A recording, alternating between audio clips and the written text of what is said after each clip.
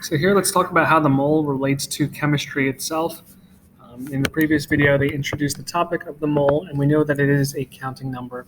But we're going to see today how it applies to chemistry, atoms, molecules, elements, some different reactions and calculations that are involved with it.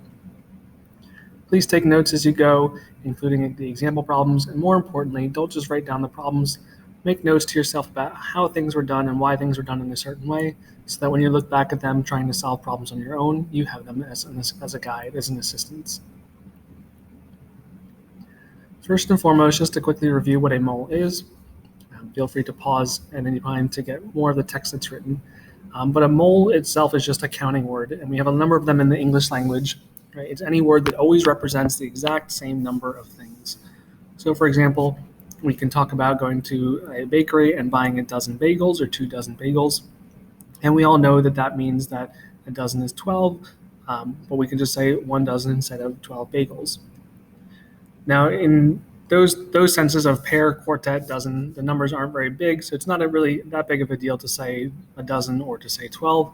However, for the mole, that represents 602 followed by 2 and then 21 zeros. It's a lot of zeros. To say that number over and over and over again, because you're going to do that a lot in chemistry when we're working with this many atoms at any one point, because they're so tiny, it becomes a pain. So it's a lot easier to say, I've used 2 moles of atoms, or I need 1.5 moles of the acid, rather than talking about all of the atoms or all of the molecules that you need. Now, in terms of how many atoms make up a mole, it was decided that this value should have a mass that's representative of what's already on the periodic table. For example, we know that a single carbon atom has a mass of 12.01 AMU.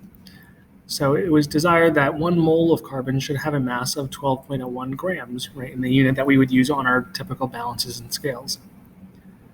So different samples were created for carbon and other elements, and different processes were used to determine how many atoms are in that. The most recent which, and the most accurate, being something called X-ray crystallography. But what it comes down to is that there's been a consistent estimate at this point that there's 6.022 times 10 to the 23rd atoms of carbon in a sample of carbon that has a mass of 12.01 grams. And we see that this then defines what a mole is, right? A mole is always this many things. It's always 6.022 times 10 to the 23rd items. Whether those are atoms, molecules, something completely unrelated to chemistry, it's always that many things, right? Making the word the mole a counting word. Now, as we apply this to different things, it doesn't mean that all of these same things are going to have the same mass or be the same size or have the same color or properties, right? For example, in this image, we can see these different elements here, and each of these contains 1 mole of that substance.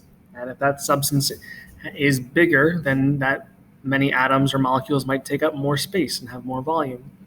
Or if those particles have more protons and neutrons because they're just bigger elements, then that mole of stuff is going to have more mass. But the one thing that's consistent across all of these is that 1 mole always has that number of things. Now, we can't often just count the number of things in there. If we tried to count a mole, we would be here for billions of years. Instead, what we do is we use the mass, right? Because we know that carbon was used to make the mole definition, and that 1 mole of carbon was the same as its mass in the periodic table. We can use the periodic table to find the mass of 1 mole of any single element. We call that mass an element's formula mass, or it's sometimes called the molar mass. For consistency, we're going to always record formula masses or molar masses to 2 decimal places.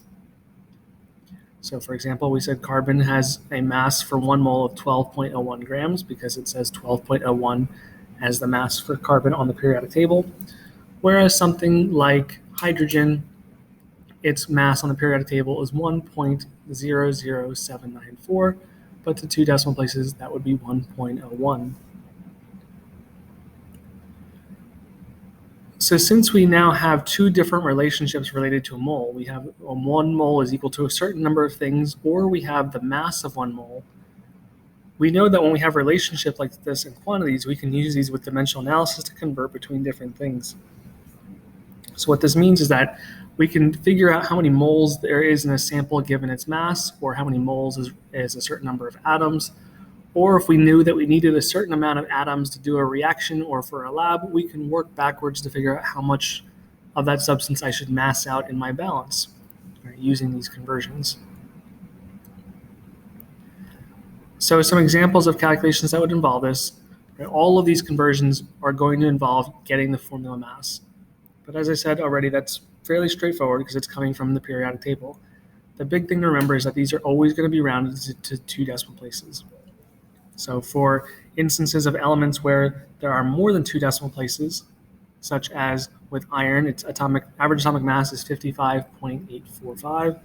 That would round to 55.85. And then grams per mole is the unit for molar mass or formula mass because it's grams per 1 mole of substance.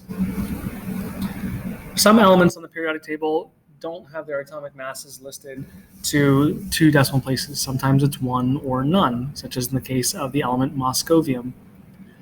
On the periodic table, the average atomic mass for moscovium is just written as 290. It is not known with as much precision as the other elements. So we are going to add those 2 decimal points onto there as zeros just for consistency's sake. Things get marginally more complicated when trying to find the formula mass of a compound, because there we have more than one element present, more than one atom present. But we know that a compound is just made up of multiple atoms, so to get the formula mass for a compound, we just add up the masses of the elements that make up it. So the example here provided is the compound calcium carbonate, CaCO3.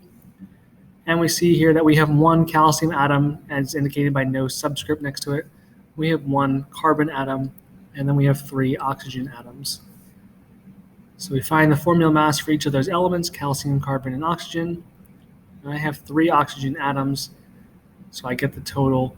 And so 100.09 grams per mole would be the formula mass of calcium carbonate. And like I said, we're going to use this part here of finding the formula mass to help us do our conversions, because this is one of the conversion factors we can use in those relationships.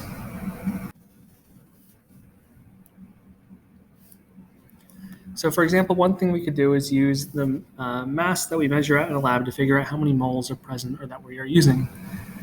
So for example, in this problem, we massed out 14.99 grams of iron metal into a dish, and we want to know how many moles are present. Now, in doing this conversion, we're thinking that everything we know about moles, and we know that 1 mole is equal to a certain number of things, or we know that 1 mole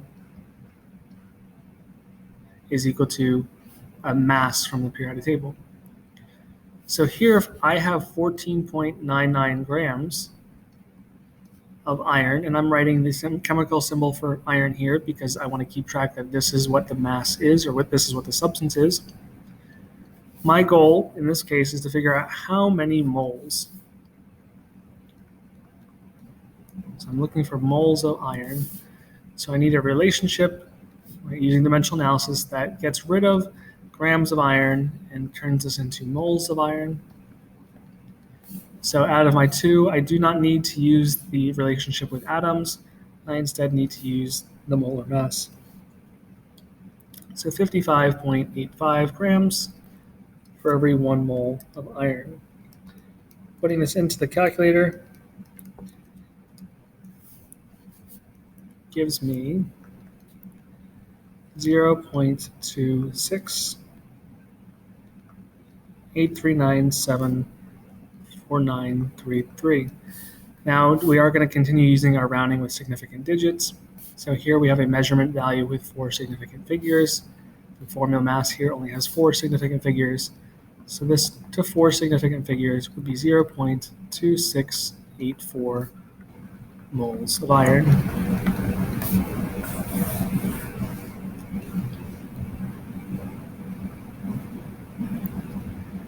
In some other cases, maybe instead of having the mass, we have the number of atoms. In this case, we have a reaction that requires a very specific number of atoms of cobalt in order to completely react. So we are trying to figure out how many moles of atoms are required. So we can start off our problem, again, writing down what we are given as our quantity to convert. And we are taking the number of atoms of cobalt, and we're looking to find how many moles of cobalt we have. So I need a relationship that gets rid of atoms and gets to moles, and we do have one of those present out of our two lists there. And now this is the relationship that's going to be the same every single time for every single element, every single item, because 1 mole is always 6.022 times 10 to the 23rd of that thing.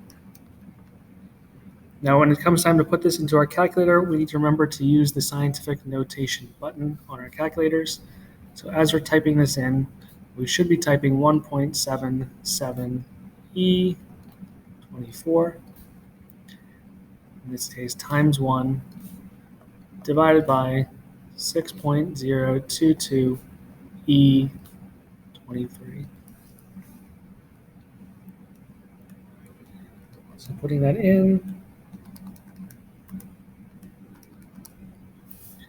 we get an answer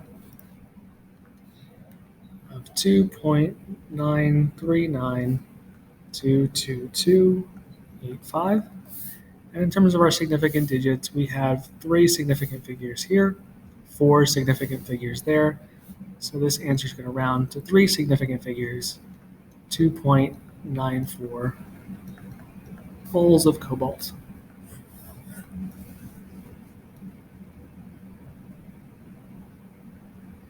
For our final example, we're going to be talking about how we can relate from mass all the way down to the number of things. In this case, we're also going to use a compound just to reinforce how we find the formula masses of those.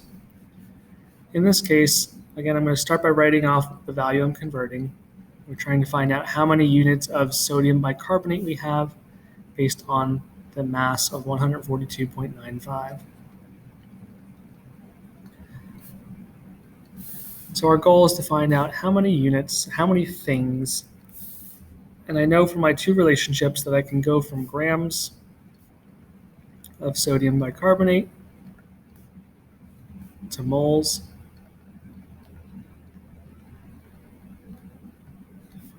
and then I know I can go from moles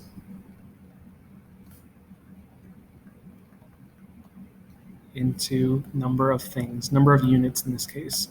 Not atoms, because we don't have an element here.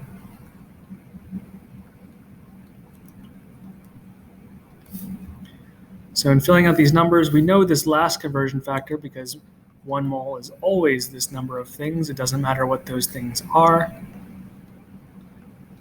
However, for 1 mole, we need to find the formula mass for this compound. Now, because it is a compound, we have multiple elements, multiple atoms in here. I have the element sodium, I have the element hydrogen, I have the element carbon, and I have the element oxygen.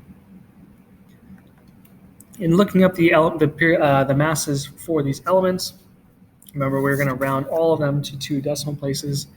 The formula mass for sodium is 22.99. The formula mass for hydrogen is 1.01.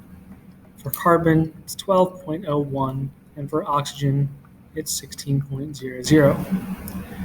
Now in my formula, hence the name formula mass, I only have 1 sodium atom present.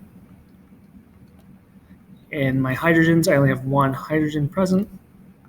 I only have 1 carbon. However, for oxygen, I have 3 of those. So for this compound, in terms of sodium, right, still just 22.99 grams per mole. Hydrogen, still 1.01. Carbon, 12.01. But for oxygen, there's a total of 48.00 grams. To get the formula mass for my compound, I then just need to get the sum of all of the atoms that make up that molecule, or that unit in this case. And we get a formula mass of 84.01 grams per mole. So this 84.01 is what I would put up here into my conversion factor, and then I can finish my problem. So then we just need to solve 142.95 divided by 84.01 times 6.022, remembering to use the scientific notation function of the E23. And we get a final answer of 1.0246937 times 10 to the 24th. On your calculator, you're going to see this written as E24. Remember that the E is scientific notation, so times 10 to the 24th units.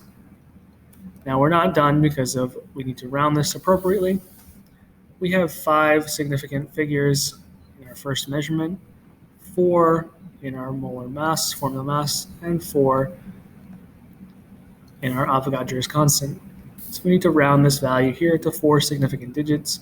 We get 1.025 times 10 to the 24th units of sodium bicarbonate.